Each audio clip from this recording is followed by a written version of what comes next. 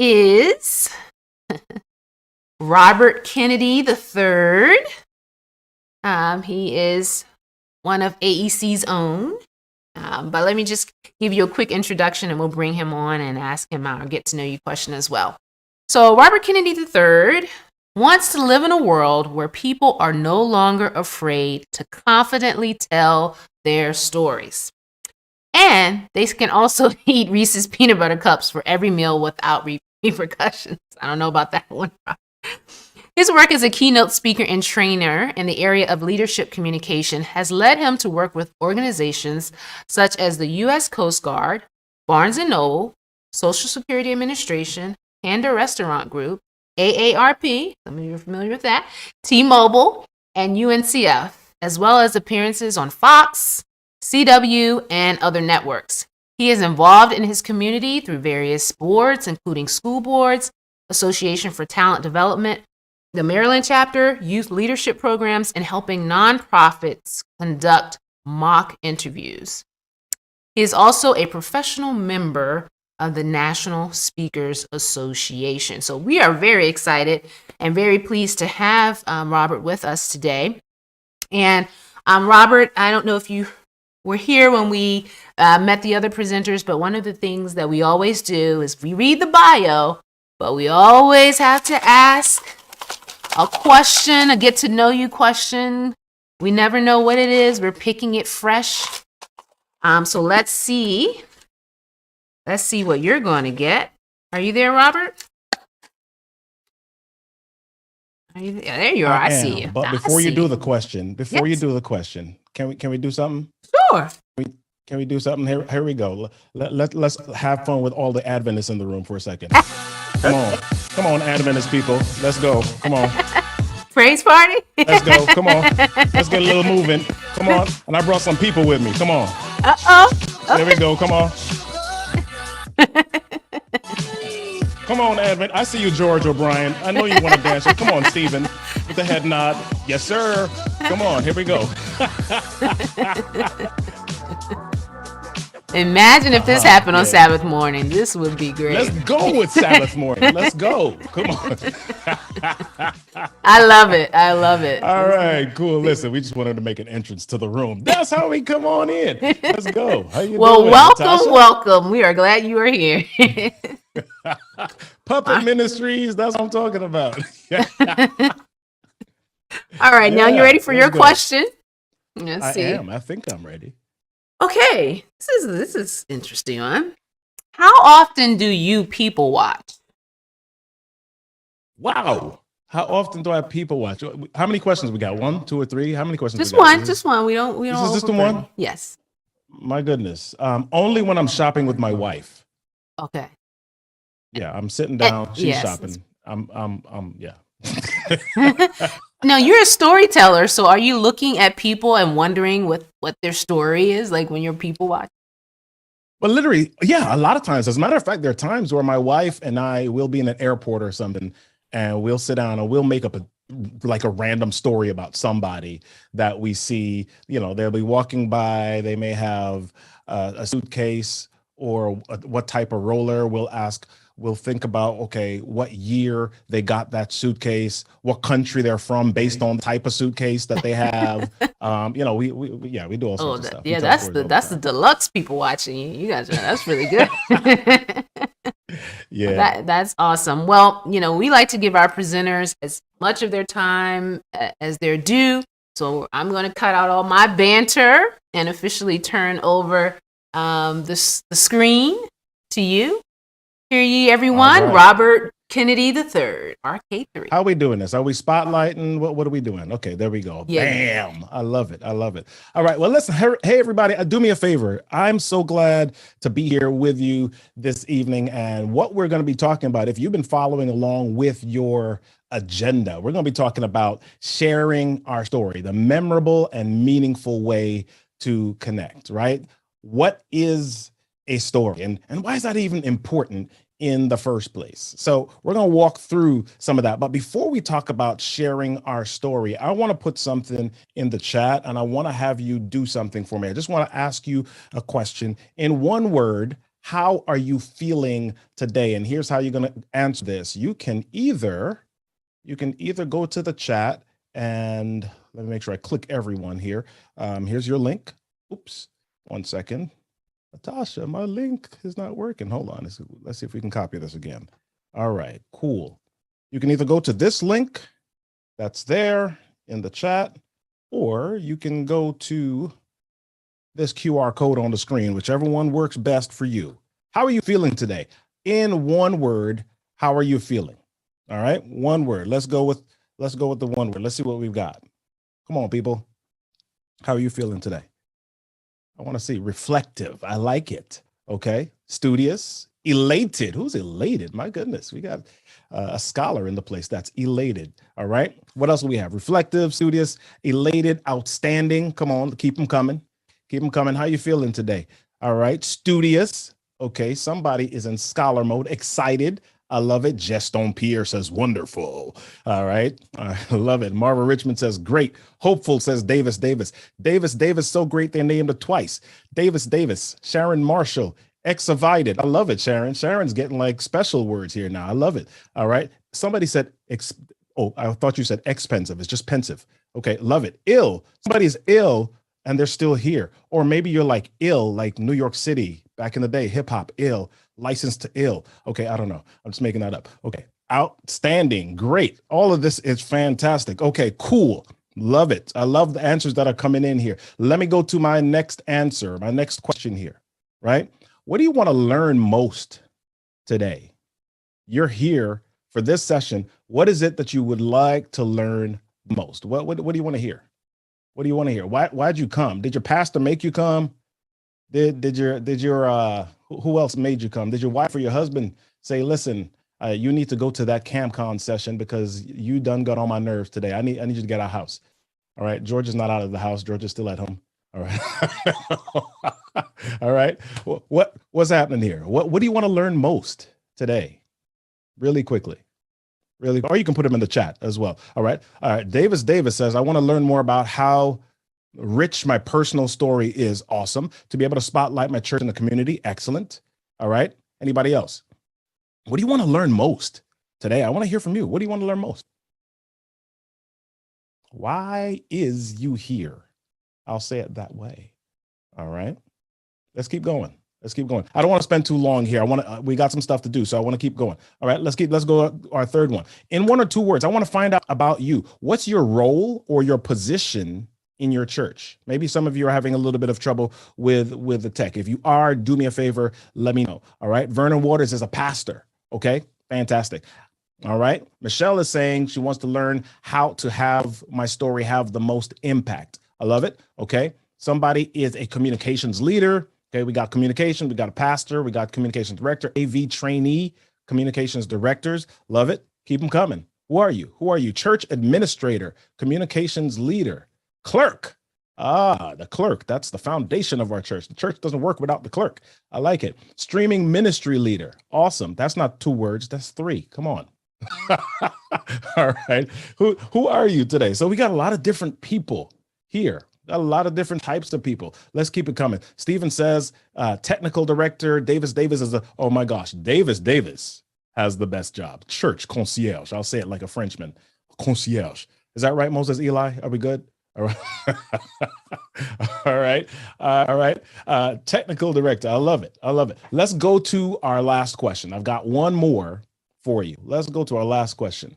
In 1 or 2 words, what's the toughest challenge that you face in your role or ministry? What's the toughest challenge in 1 or 2 words that you face in your role or your ministry? Finances. Oh my gosh. Yeah. Okay. Educating others about their journey. Stewardship leader, says Marva. Love it. Thank you, Moses. Appreciate your affirmation and your confirmation. Thank you. Appreciate it. Okay. Church. Okay. Oh, church conflict. I just thought you said the toughest challenge you face is just church, period. All right. Delegation. Love. Oh my gosh. Yes, that's huge. Commitment. All right. Staff commitment, church staff commitment. Yeah. Those are all huge things. What are the toughest challenges that you face in your role? All right. Elisa says, looking for volunteers. Karen says, Or is that Corinne? Let me know which one it is. All right. Communication with the ministries. My goodness. Having others see that stewardship works if applied.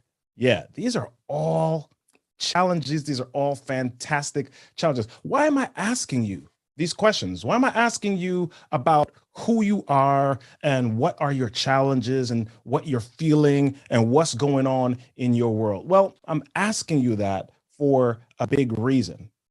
First of all, I simply want to know who you are. All right. And because I want to know who you are, let me just share with you a little bit about who I am and maybe who I want to be as well. Right. I'm born in Jamaica. I'm Jamaican born, grew up in the Bronx, Bronx bred. I was a science teacher. Right. I was a news anchor on an AM radio station for a little bit. I started a couple of businesses, k3music.com, K3 Designs, developed web. And currently I'm a speaker, trainer, communication coach. That's what I do inside of my business. Right. That's a little bit about who I am, but I'm multifaceted. I'm not just those things. I'm this guy. Right. I'm this guy. I'm also these guys, right? So the first one was me at about 2 years old. The second one here that you see on screen is me here's me. Let's see if I can find me. There's me, there's my dad, there's my son, and there's my grandfather. We call this picture the four Roberts. Robert the First, all the way through Robert the Fourth. Right? That's me. That's me. And then we got these people here. That's me too. That's my family. That's my wife, Nadia, my daughter, Brittany, my son, Robert, and my other son, Jaden. That's who I am. Okay. And here's who I'm trying to be as well. I'm trying to keep ahead of this guy. I'm not trying to stay ahead of him. Right. That's who I'm trying to be. Why am I bringing up all of these different sections? Okay. Why am I bringing up all of these different pictures? Why am I bringing up all of these experiences? Well, I'm bringing all of these up for a reason, and I want to share that with you through some examples. Here's my first example. Example number one. I was sitting in my living room in the state of Massachusetts, and my doorbell rang. And then I went to the door and I saw this guy standing outside in my driveway. He was out there with this display board. And I went outside and he said, "Hey, my name's Mark. I'm in your neighborhood. I'm selling carpet. I've got all of these different types of carpet. I've got Berber. I've got Austin Power Shag. I got high pile, medium pile, low pile, Gomer pile. I got all the piles. I got every pile that you can think of. I'm a pile giver, right? I have all these piles."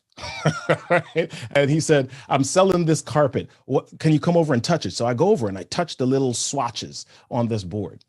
And I do this for about 2 minutes. And then I open my door and I show him the inside of my house. I show him the inside of my house and I show him that it's hardwood. And he sees the hardwood and he turns around and he walks away. Why am I sharing that with you?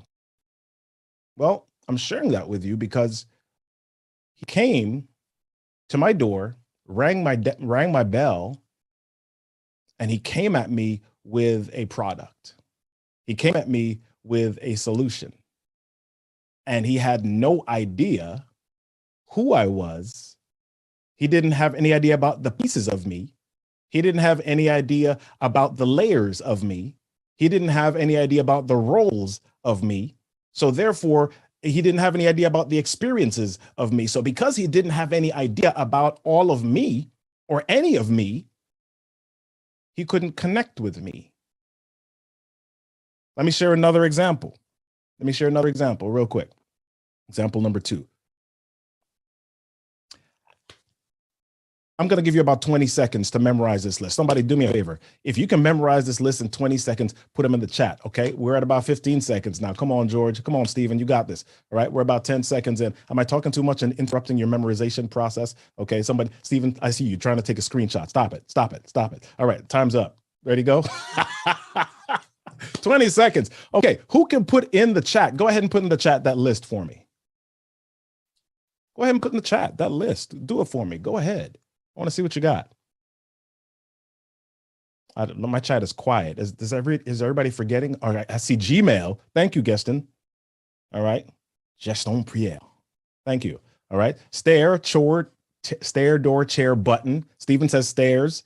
George says chair, doors, Gmail. Busayo says Zoho. Is it Busayo or is it Busayo? Tell me. Go ahead. Come on. Unmute yourself for a second. Let me know. I want to get your name right. We're right. It's Busayo. Busayo. Okay. Excellent. Fantastic. All right. So let's reveal this list here. And here's a way that you can get this right.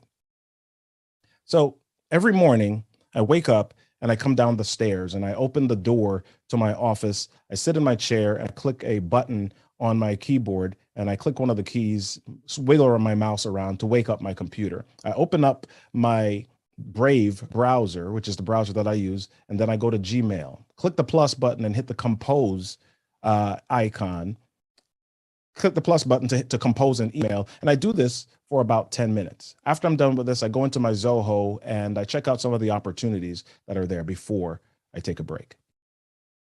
If I share this with you, would it be easier for you to remember what I just said? Yeah. Why is that different than the first way? All right. Stephen says, definitely. Why is that different? Well, it's different because I did something with it that a lot of times we forget to do. All right, let's go back to a third example. I want to share with you a third example. Here we go. There was a man who had two sons. The younger one said to his father, "Father, give me my share of the estate." So he divided his property between them. Anybody remember this? As I share this with you, as you see this on screen, what happens to your brain immediately? Yeah, Stephen says the prodigal son. What happens to your brain? As you see this on screen, what happens to your brain immediately? Go ahead and share with me in the chat. What's happening to your brain? All right. What's happening to your mind? What's happening to your brain? Go ahead. Let's populate the chat. I want to see what's happening. What is happening to your brain as I share these two sentences on screen? There was a man who had two sons. The younger one said to his father, "Father, give me my share of the estate." So he divided his property between them. So it relates. I love it. Okay. So I'm seeing it relates and remembers the story we heard before. Florence says it's visualizing a story. Carlos says it presents a picture. My mind is recalling, it's visualizing the scene.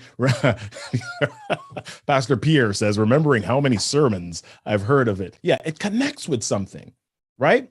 It connects with something, and there's a reason I bring this one up. There's a man who had two sons. The younger one said to his father, "Father, give me my share of the estate." So he divided his property between them.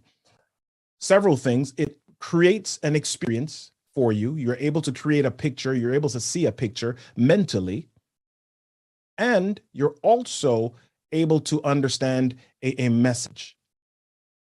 There's a reason that in the Bible, when there was something important to be said, when there was a deep question asked, when there was something that was crucial, there's a reason that Jesus turned to parables. There's a reason that Jesus turned to parables, and the reason that he turned to parables is because parables are stories, and stories do something amazing. It's not just a nice way to share information. Stories literally hijack your brain. Stories literally transport you from where you are right now into a specific place. Stories help you to tag or open up your brain and flip through your mental Rolodex to experiences that you have either had, want to have, don't want to have, or can relate to. So why is it that in a lot of our churches or our workplaces, we tend to just share information with people? We have our announcements. We just share information with people. We have our lessons. We have information, and we just share information with people. One of the best ways for us to be able to transmit information is through stories. So I want to share with you today, and what we're going to spend some of our time doing here is really figuring out, and I could go into really deep on this. I could go really deep on, because this is the thing. This is what I love. This is what I do. I could talk about this all day long, right? But we're going to go through pretty quickly some things, and I want to leave you time to answer or ask some questions. So here's what we're going to be walking through. We're going to be walking through how you can use simple story content to connect online and offline with your audience. Okay. And this is going to be good for a lot of you who are the media ministers. You may be the church administrator. You may be the person who's in charge of getting information across to people. So using story content to connect online and offline with your audience. And then I'm going to share with you, about halfway through this, a framework that you can use as you think how to map out all of your content. All right. So I'm going to go back to the story with all the piles carpet guy. Who was laughing at that? Somebody was laughing. There was one person who laughed. I think it was George. George got my joke when I said medium pile, high pile, low pile, all the pile, Goma pile. George was the only one. You're showing the age, George. What's going on? Right.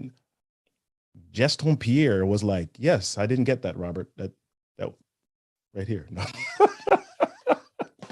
There we go. Thank you. All right, good. So here's what happens. I'm going to go back to the guy that was at my door. He came to my door and he said, I'm selling carpet.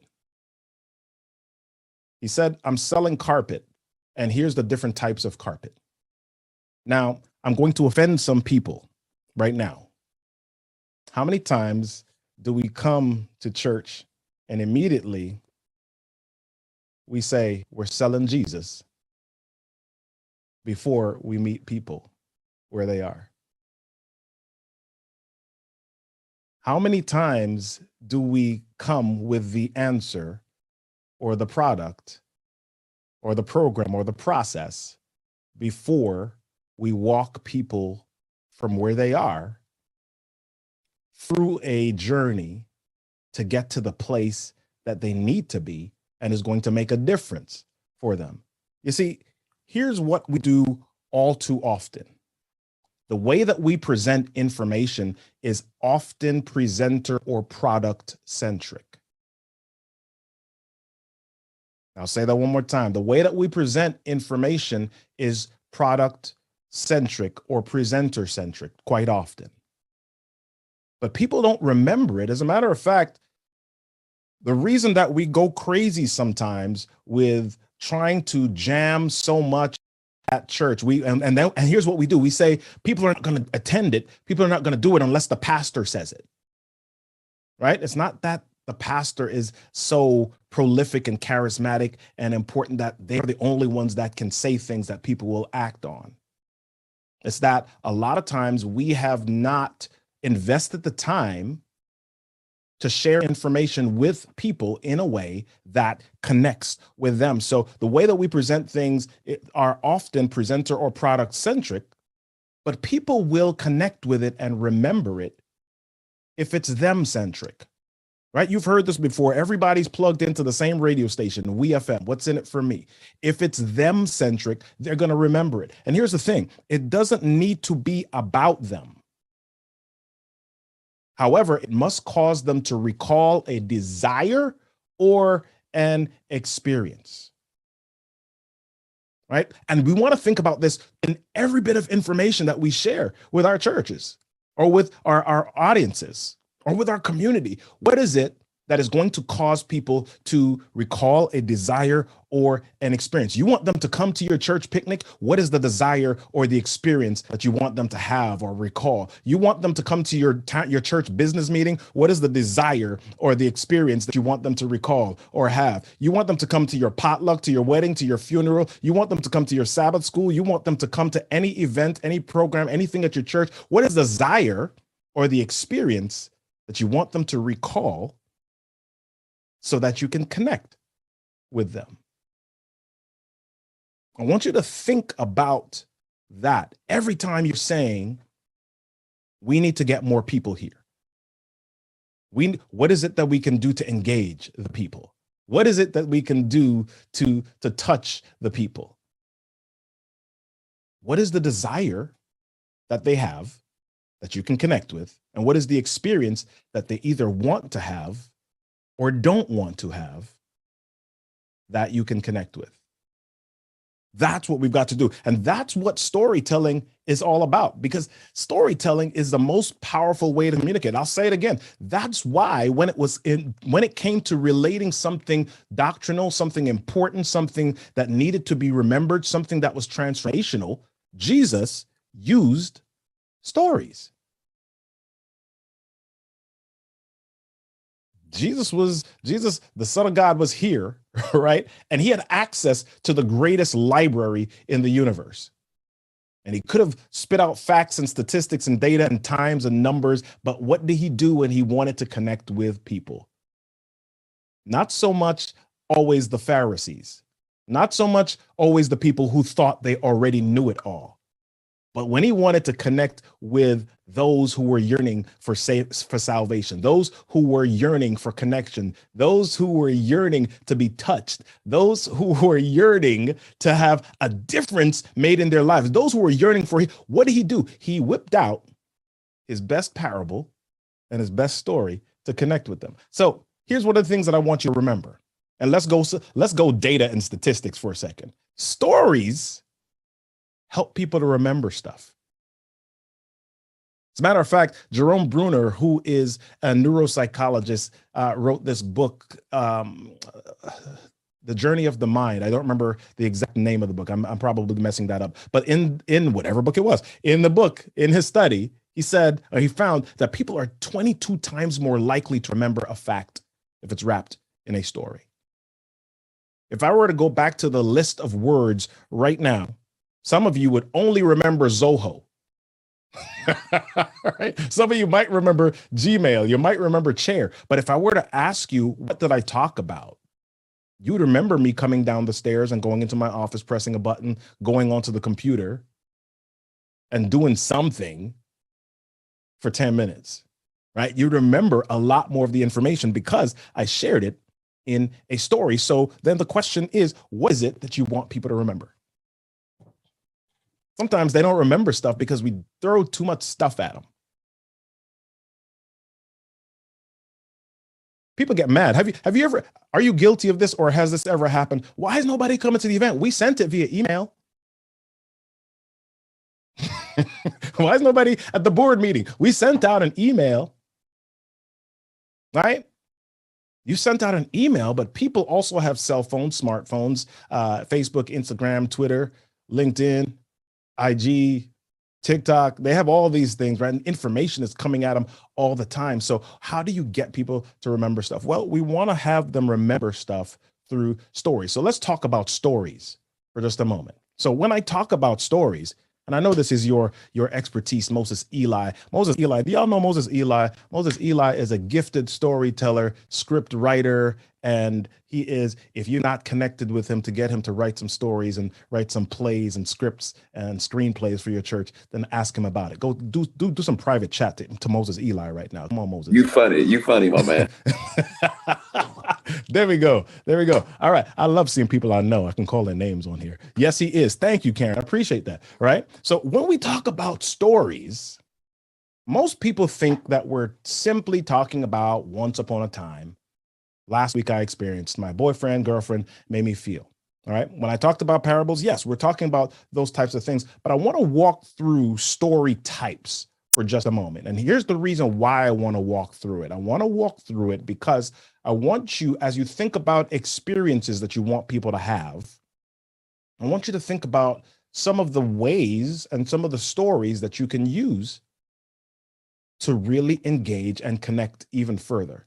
So there's this guy named Kurt Vonnegut, and he's a storytelling guru, pioneer, right? And he talked about some different story types. So here are a few different story types. So here's one, the hero's journey. Ooh. So the hero's journey, the hero leaves their homeland. They experience something in their homeland. Maybe they're kicked out or something like that. They leave their homeland. They go somewhere else. They fight a dragon or they fight something, and then they come back to their homeland. right? The story of David is kind of a hero's journey story. David's at home, he's with the sheep, and he kills a lion and a bear, and then he goes and then he leaves his homeland and he goes and he fights Goliath. Does that, then he goes back home, and then the story continues with all of the hero's exploits of David, right? That's in essence a hero's journey. The mountain story. There's a mountain story type where you go up and then you come back down, you go up and then you come back down, you reach a certain place and then you go back down. The story of the Israelites leaving Egypt is a mountain story, because every time they came to a miracle, they experienced success, and then they would complain or they'd go back down after that. They come to the Red Sea. There's this huge miracle that happens. They cross the Red Sea. Miriam whips out her tambourines like, yeah, we crossed the Red Sea. Come on. And then they do all of that stuff. And then after that, they're like, we want to go back to Egypt. Right? That's a mountain story. That's a story type. All right. We've got nested loops. That's a story within a story. And I don't want to go too deep in here because I don't want to give you so much information that you get confused about this. I just want to go through really quickly. All right. There's different story types in media res, which simply means you started in the middle of, and then you go back to the beginning. Okay. And a lot of movies use this technique. They start with the car explosion. They start with the conflict here. And why I'm sharing with you these story types as well. If you are in the media ministry and you're trying to think about how you can engage your people or connect with your people, figuring out how to use some different story types is going to be helpful to you. Now, I'm going to share with you some specific things that you can do in just about 30 seconds, right? So, other story types, personal stories. What is a personal story that you can use to relate a lesson or something that you, or a place, a journey that you want people to take, a destination you want people to get to? What is an origin story? Why is it that you do what you do? How did your church start? Why did your church start? Who were the people that started it? What got into them? What was in their heart? And why did they start it in that specific space or that community? One of the big reasons why a lot of churches today are disconnected from their community and lost in their community is because they forgot why they came to that community. How often are we repeating our origin story? See, origin stories are often connected to mission. And when we lose direction, when we lose mission, that's when we begin to ask some of the crazy questions. That's when we begin to have the culture wars. That's when we begin to have the praise and worship battles, drums or no drums. Is that too jazzy or not? Because we've lost mission, and we've lost mission because we've forgotten why we got there or why we came in the first place. We've forgotten our origin stories. So you want to get everybody on the same page. You want to remind people about why we're here. And sometimes your origin story, your mission can change, and that's okay. But it's time. Sometimes we need to be able to remember the origin story so that we can look at it, listen to it, and then assess, does that still count?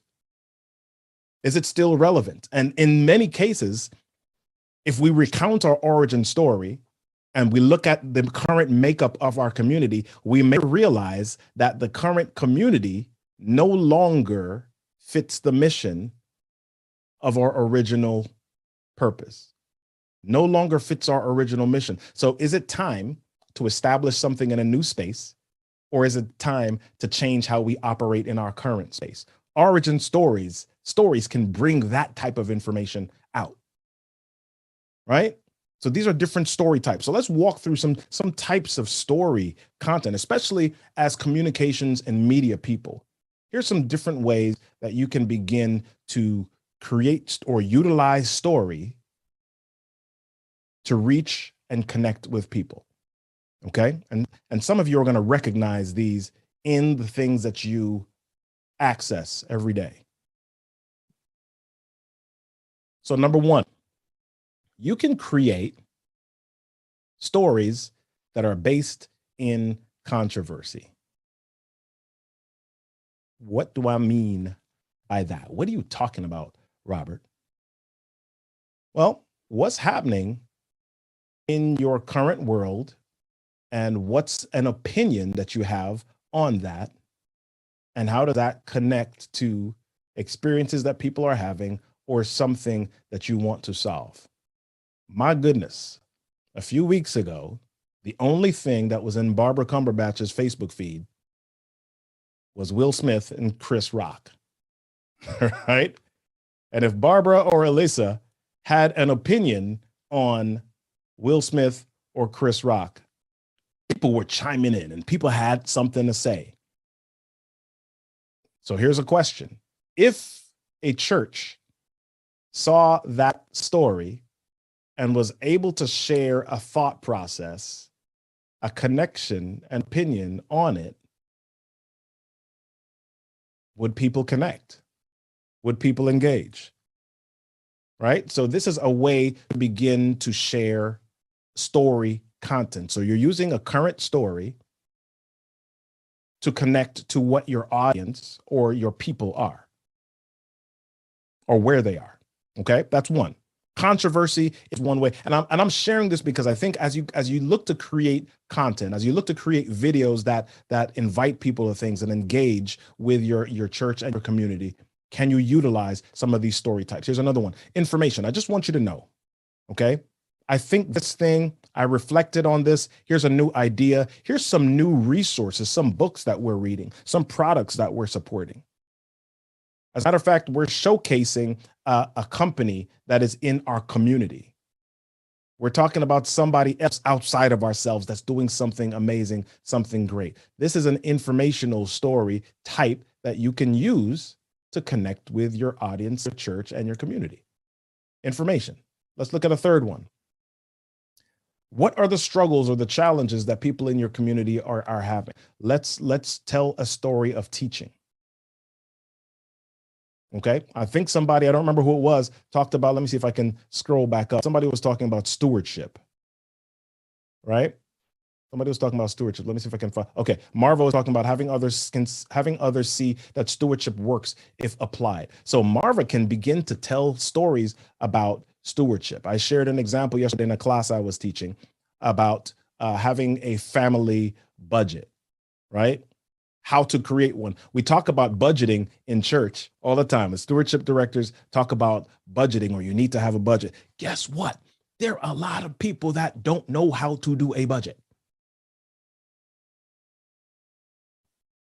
40, 45, 50, 55, 60, don't know how to do a budget. And they're not, they're at orphan time, you're doing the stuff, you're sharing the information. You need a budget. You need to do this so you can give back to the Lord. Yeah, bring you all the tithes into the storehouse so they can be meat in my house. And they don't know how to do a budget, right? So you've got content, you've got story content that you can tell about the time when you weren't sure how to do a budget, and then how you learned how to do a budget, and you can walk them through step by step how to do that. So that's why it says, let me show you how.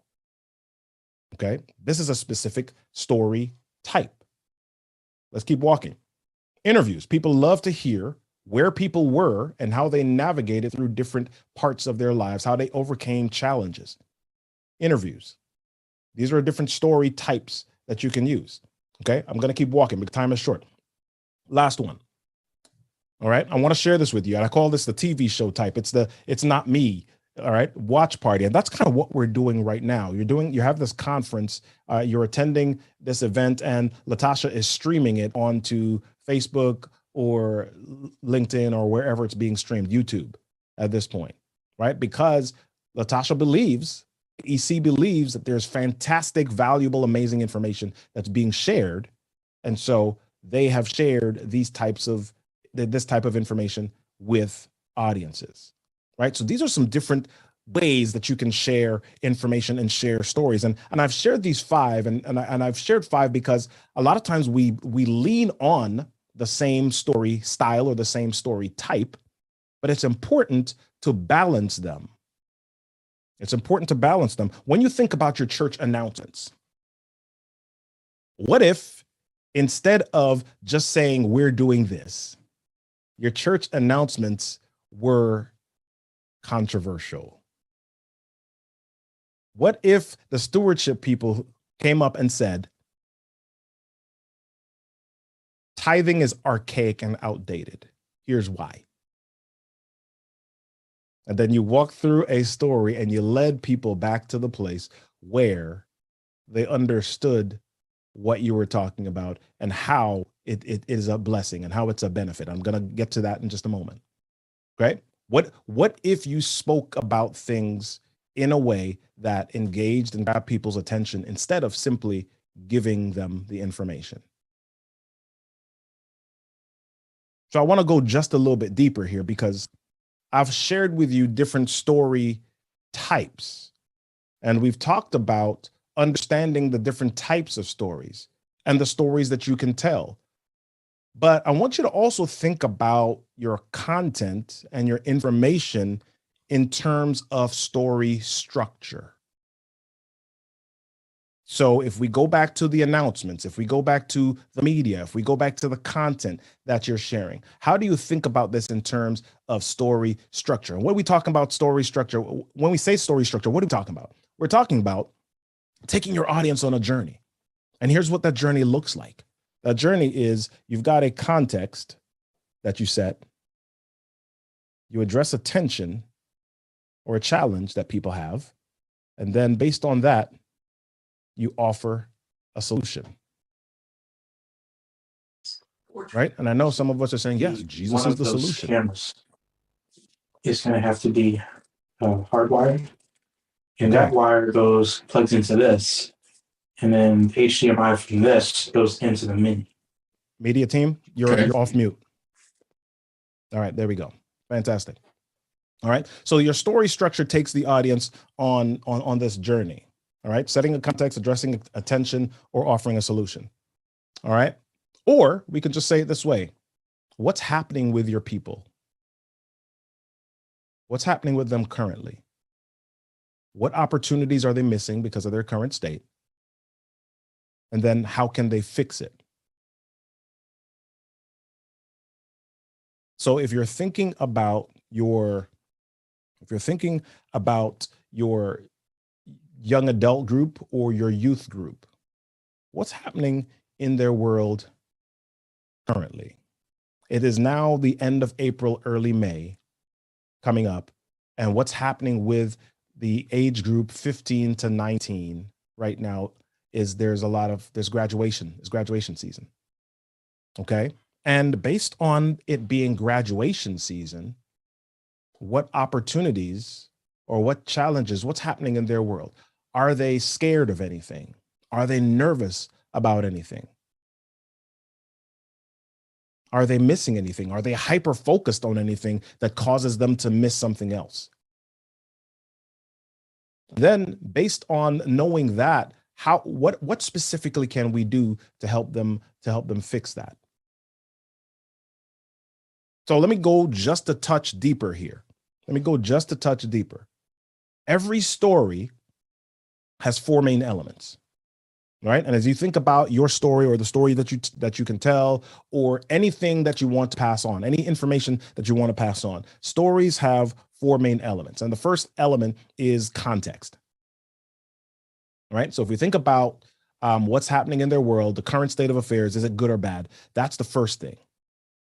All right. And why I'm sharing this breakdown with you again is because as you think about how you want to share information or content, I want you to think about putting some of your information in these buckets because the idea is to connect with people. Right. So context, that's the stage, what's happening currently.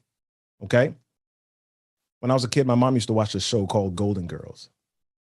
Y'all remember that show? Go ahead, raise your hand if you remember that show. There we go. All right, cool. And in the Golden Girls, there was this lady, the oldest one, her name was Sophia. And what Sophia would do, she would tell stories every episode. And what she would say, she'd start our stories out the same way every time. Picture it, Sicily, 1933. Right? Y'all remember that? Somebody nodding their head. Okay, good. Right? What was she doing? She was literally hijacking your brain every episode, telling you, picture it, right? Sharing with you the date, sharing with you the location, sharing with you when this thing was happening, creating a context. All right. And so what is the context of our current of that your current audience or your people are going through. I bring that up because quite often we just share information with people without understanding where they are currently and what's going on with them. All right. So as you think about sharing information, as you think about making announcements, as you think about sharing your sermon, whatever it is, what's going on in the world of your people? Here's the second thing. All right. The second part of storytelling, characters. Who's the story happening to? Is that good or bad? You know, how are they experiencing this information? How are they feeling about it? Let's keep going. I want to keep rocking and rolling because we're almost out of time here. Okay. The third piece is what's broken? What caused the main problem? What challenges exist? And then the fourth piece is how do you resolve the challenge? So here's why that first piece is important. All right. Those first three steps. Here's why it's important. It really establishes why people should pay attention to you. And then the second piece is important because it establishes how you do that. So let me give an example by going back to the story of the pile guy. So how could the pile guy have made a difference? Well, instead of just coming up to me and telling me about all the piles, he could have come to me and he could have said, hey, my name is Mark, and I've been walking around the neighborhood. I actually just came across the street from Judy's house, and we were talking about her oil bill, and she is super upset about her oil bill. I couldn't help but noticing that you've got an oil tank out front. How are you feeling about your oil bill? So what would Mark have just been doing? Mark would have set the context. He showed me, talked to me about where he was. He connected with me by connecting me to Judy across the street and the conversation that Judy and he had. Right. So we talked about Judy, he talked about me. So we've got context, he's got characters now. And then he spoke about the challenge that Judy is having. He made a note, he noticed something in my driveway, my oil tank. And because of that, was able to connect to a conflict, a challenge that we were having. Then he could have said, after all of that, well, you know what? If you're upset about your oil bill, let me tell you about something that I've done over the last few years that saved me 40%. If I could share that with you, would you be interested in listening? And I would have said, yeah, I'm interested in listening. And he said, well, I noticed that you had hardwood in your house when you opened the door. But one of the things that we've done is, even with hardwood, we've put down these area rugs, these large area rugs, which we happen to sell in some of our rooms. And then there were a couple of rooms that, yeah, we made some expenses. We had to invest a little bit, but we changed out the hardwood in 2 of the rooms and we made that fully carpeted. And that really created a different level of insulation in our house. So now we've had a different conversation. So even if we're talking about Jesus, even if we're talking about salvation, even if we are witnessing, would it be helpful for us to connect with people's why, right? Would it be helpful for us to connect with where they are, who they are, and what's happening in their space before we go right to the answer? So as we talk about stories, as we talk about storytelling, as you talk about delivering information to people, I want you to think about 2 things, and I want you to remember 2 things. What story are you telling, and who are you telling it to? What story are you telling, and who are you telling it to? And then I want you to remember that our stories must be designed to be about transformation more than information. And the way that we do that is by making sure that we connect with people first, where they are, so that we can understand how to direct them, how to reach them, how to help them move beyond the space where they are currently. There's a reason that Jesus used stories and story structure to relate his most important information. And that's because Jesus recognized that even more important than getting people to do what he wanted, even more important than getting people to recognize or realize certain things, it was important for him to first realize, connect with where they were, and allow them to recognize that he understood the challenge or the situations that they were in. I want you to think about your people, your community, your church. In any role that you are, whether you're the administrative person or whether you're the stewardship person, whether you are the media person, whether you're the audiovisual person, in your role where you are you connecting with your people first? Some came here tonight to hear about how to tell their story. But before we begin to tell our story, I want you to step back for a second and think about the story and the experiences of your audience and your people, your church and your community. If you're able to access that, if you're able to recognize that, I guarantee that you will be able to have a powerful connection with your people. Now, we can go into much more detail about storytelling, but I want to leave you with this today. Find somebody, connect with somebody so that you can transform somebody. People are challenged. People have stuff. People have hurt. People have pain. People have things that they're going through. People have things that they want to get towards. People have experiences that they want to have and experiences that they want to avoid. That's their story. What story can you tell to help them move from the space where they are right now to the space where Jesus wants them to be? It's been fantastic hanging out with y'all today. And I want to connect with you. Let's get connected. If you are on LinkedIn, if you are on Facebook, if you want to get more connection, I'm at Robert Kennedy 3 on all social media platforms. And I would love to hang out with you and maybe even dance and tell a story or two. Natasha, it's back over to you. Yeah, Awesome. I was wondering if those characters were going to make a reappearance at some point during your you presentation. want them? Here they go. Come on, let's see. Let's find one. Okay, let's go. Okay. There's this guy. I love it. Let me bring my tiger out. There we go. I love it. Awesome. I think I got one more guy. That's me. Hold on. That's me. Hold on. Is that really? Yeah. Oh, wow. I love all of it. I mean, these are the things that we remember. This is part of your story now.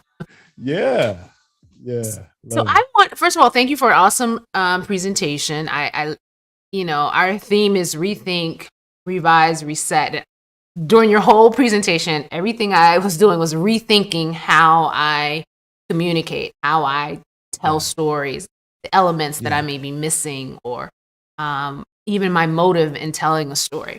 So I do want to ask you something, because a lot of people feel like storytelling or being an effective storyteller has a lot to do with your personality. Oh, I don't have those. I don't have Robert's gifts. My personality doesn't lend to being able to tell stories the way that he does. What would you say to someone who feels like their personality doesn't lend to them being gifted in this area? You know what? I think before writing, before computers, before any of that was developed, information was transferred via oral tradition, and stories were told, and that's how parents communicated with their children. That's how grandfathers and aunts and uncles and church people and spiritual leaders, that's how they all communicated. And it wasn't based on your charisma.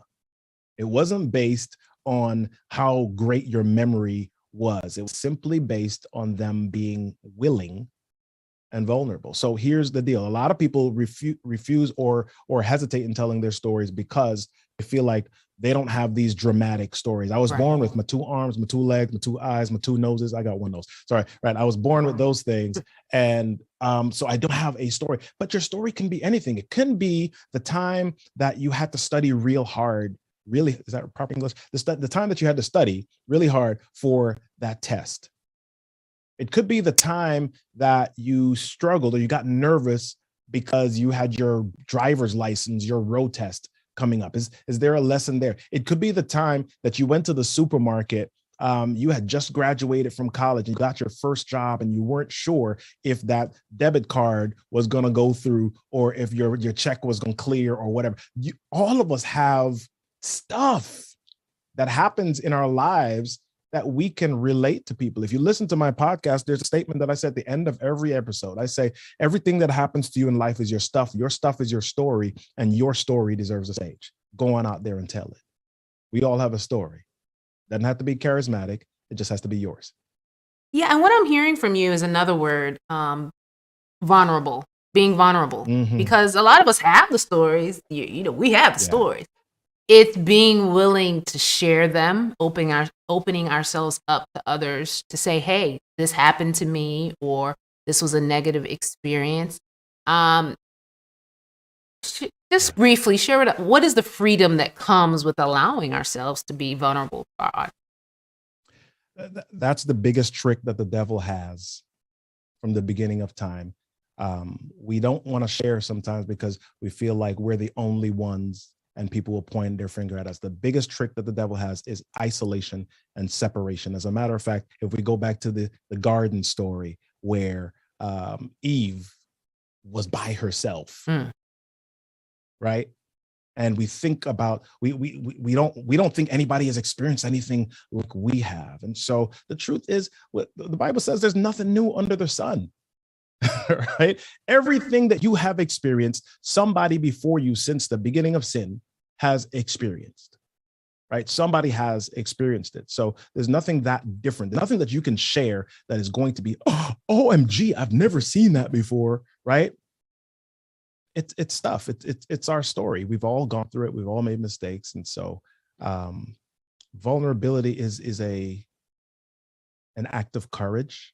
And we've all got to be able to access our courage and able to inspire and transform others. Amen and amen. Well, thank you so much. An awesome presentation. For those who are watching our live stream and are wondering what you stumbled across, this is part of our communication conference. We've had our presenter here this evening, Robert Kennedy III. Robert, can you just put your information up one more time for how people can connect with you? If you'd like to reach out to him about anything that he shared or follow him and what he does, go ahead and check that out. Copy it out, take a little screenshot so you can be able to connect him beyond this, because this is not something that we want to fall on deaf ears, and it's here to kind of help individuals and churches work through this process. So hopefully you got that. Awesome.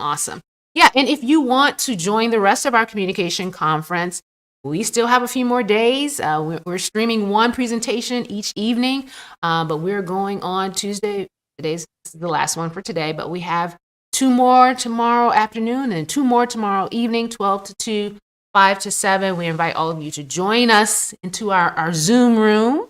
We're a very interactive Zoom room. We actually have prizes. We give away prizes. If you want to register, go to visitaec.org/communication for that. Well, Robert, we thank you so much once again for everything that you have shared with us. We won't forget it. And just for those who kind of like the way you were moving in and out, share with us what kind of program you're using to do that. I'm using eCam behind the scenes. I know Hareen talked about it last year. Yes. But yeah, I'm using eCam and the Stream Deck behind the scenes to kind of jump around on a few things. Right. Yeah. I recognize it, but a lot of times people see these and like, I wonder how he's doing that. So once again, you've heard it before, eCam, and it was a very smooth process. We can tell you're a pro at it now. Moving in and out, and even incorporating our little moving friends. That was really great. That was really great. We appreciate that. Well, thank you so much once again, Robert, for your presentation. And we hope to have you back again for a future CamCon. Thanks for joining us. I look forward to it. This was amazing. Thank you. All right. And before we go, everybody, I just want to review the schedule for tomorrow. We have, like I said, a great lineup. We've had 3 great presentations today. We have 4 coming up tomorrow. And I just want to make sure you can are aware of everything we have going on. Tomorrow we start, log on at 12. We're going to start the presentation. We have some preliminary remarks right at noon. So make sure you log on at noon so you can be eligible for our drawing. But we do have Designing Your Online Ministry, Brand Identity. That's going to be presented to us by our very own Steve Woods. He's here with us this evening. So you definitely want to be there for that. Sorry about that. And then tomorrow afternoon, we have Jonathan Moore. He's a ministry consultant for Subsplash. Many of you have asked about creating your own church app. Jonathan Moore will be here to show how Subsplash can help you do just that. And then tomorrow evening, our very own media director, Charles Williams, he's going to help us with that communication and media team workflow. Some of you mentioned it earlier as wanting to know more information about that. So he'll be sharing that along with some special guests he has joining him. And then tomorrow evening, this same time slot, we will have Larry Witzel from Sermon View, who will be presenting, it has principles of innovation, but we have actually fine-tuned that to include information about websites, how you can use your website as the evangelistic tool. And that all goes on with our theme of rethink, revise, and reset. So we do hope that you will join us tomorrow starting at noon. Once again, if you've not registered and you're watching the live stream, you can go to visitaec.org/communication to register or /CamCon, CAM, either one. All right, guys, this has been great. I hope that right now you're rethinking a lot of different things. This morning, we asked you to rethink the way you do sermon prep or message prep. We asked you to rethink how you're connecting with your online audiences. And right now, we just asked you to rethink about the way you tell your story and who your audience really is. And so we're going to be talking about more of how we can revise some of the things that we're doing even more so tomorrow. Once again, thank you for joining us for CamCon 2022. We're going to close with prayer, and then we're going to see you tomorrow afternoon. Let's pray. Father, we just thank you for everything that has transpired this evening. We thank you for this opportunity to learn how we can use the stories that you have given us to connect with others and then therefore connect them. Please be with each person, each family, each ministry that's represented, and help us to all come back tomorrow afternoon to receive more information. Thank you, God, for being so good to all of us, your children. In Jesus' name we pray. Amen. All right, everybody. We'll see you tomorrow. Take care.